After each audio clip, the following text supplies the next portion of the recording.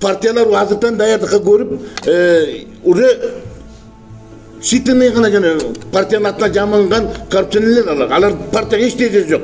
Просто азыркы башкаруу системасына конституцияга ылайыкташып алып туруп партия деп атап алышыбыз, бирок организованный преступный группировка сыяктуу эле. Мына ошолор бизди алдап дагы шайлоого ушул система менен алып барганда. Мени 15-жылы ушундай система болгондо мен коомдук ишмер болгон менен саясий ишменен алектенем, Таза Кыргызстан деген саясий партиянын лидери болуп эсептелем.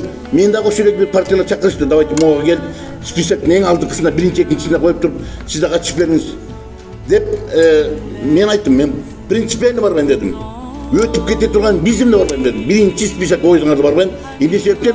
Анткени мен муну азыркы система барып туруп, айырда болуп, жөн эле айлык отуруп, айлык алып алып туруп, элдин үмүтүн өчүрүп, эчтеке колунан келбей, эчтеке чечим чыгарбай отуруп, 5 жыл отуруп берген эмне кереги бар маганда? Ошондуктан азыркы система өзгөрмөйүнчө бул система менен биз жакшылык кыла албайбыз. Келечекке кам кыра албайбыз. Келечекке иш жасап бере албайбыз.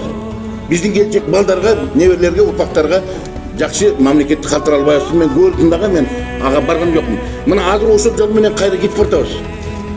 Бирок коомчулукта чоң требованиялар чыгып атат да. Коомчулук уже көтөрүлө баштады.